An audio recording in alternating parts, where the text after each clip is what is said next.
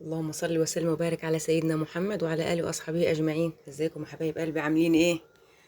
النهاردة هنعمل معاكم إن شاء الله آه، كفتة. كفتة بصلاية واحدة، هنحط لها بصلاية واحدة ونص معلقة توم مفروم، وحزمتين بقدونس صغيرة. طبعا الحزم الأيام دي زي ما انتوا عارفين الخضرة، حطيتهم كده مع بعضيهم. أنا عندي توابل، دي أنا عاملاها بهارات بطحنها في البيت، بجيبها صحيحة وبطحنها أنا، واحط عليه الملح وحبة فلفل اسود. ماشي، اكلة سريعة كده. هنعمل رز بسمتي ومعها هيتعجن طبعا كويس خالص.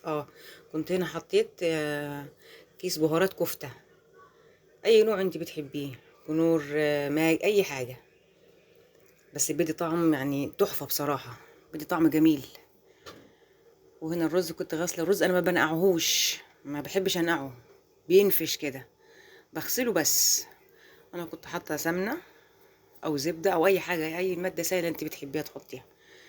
وبنحط ورق لورا وحبيت يعني، لو عندك حبهان، يعني حبهان غالي طبعا دلوقتي، لو عندك يعني هما وحدتين كده. معلش يا حبيبي عندي برد. بس بسيبه كده ايه، يا دوبك كده يعمل ريحه كده. بصلايه ببشرها بالمبشره، بصلايه واحده، وبسيبها تدبل يعني، بس كده ما تحمرش، لا، يا دوبك بدبلها بس كده تتبيله يعني. يا دوبك حطيت الرز عليها. فين الاشتراكات بقى يا حبايبي؟ اللايك بقى عشان القناة تكبر، يا ريت الاشتراكات يا حبايبي بالله عليكم. هنقلبها كويس كده، يعني تقلبتين كده، ما مش كتير، لان الرز البسمتي ما مش لازم تقلبي فيه كتير يعني، يا دوبك تقلبتين تلاتة كده بس مع البصلة. مش قادرة اتكلم والله، تعبانة قوي. حطيت يا دوبك ملح، انا كنت موطيه عليه هنا، معلش الكاميرا بتروح مني شمال ويمين، معلش انا كنت ببقى ماسكاها بايدي،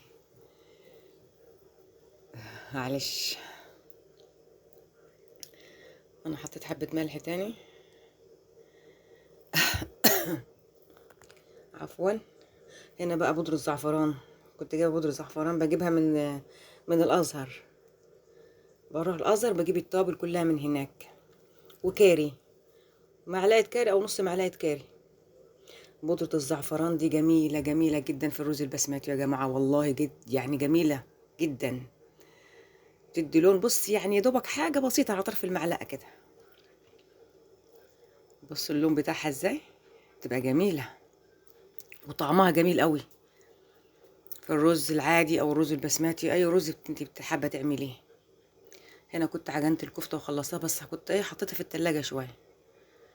بص ازاي، محطتش عليها حاجة، ابو شايفين. هنا كنت طبعا عصر البصلة وحطيت عليها ايه ندع الزيت، حاجة حبة زيت صغننين كده. انا هنصبع اهي، انا المسن ده بصبع على المسن ده، بسن بيه السكينة يعني كده، ايوه. بس كده هخلص الكمية كلها بقى، وايه ارجع احطها في الفرن اهي. بس تحفة والله. والكيس كيس بهارات الكفتة ده بيدي طعم جميل، أي نوع أنت بتحبيه من السوبر ماركت تشتريه. أحطها في الفرن. عفوا يا حبايبي. وهنا الرز كان خلاص استوى اهو، بس هغطيه بقى واسيبه، بس أنا موطيه على النار لسه ما كانش استوى. هنا طلعت الكفتة اهي، شايفين؟ بصوا جميلة، طعمها حلو قوي. جربوها يا حبايبي والله العظيم، يعني بنفس الطريقة دي هتطلع إن شاء الله جميلة. وأملي في ربنا كبير إن القناة تكبر إن شاء الله، بإذن الله يا رب. ربنا كريم ان شاء الله. بص انا كنت طلعت الرز، حطيته في الصينيه كده صغيره عندي، وطلعت الكفته عليه، وانا حمرت طاسه بطاطس. وايه بقى، والزيتون ده انا مخللاه والله من السنه اللي فاتت، شايفين ازاي قاعد ازاي، من السنه اللي فاتت.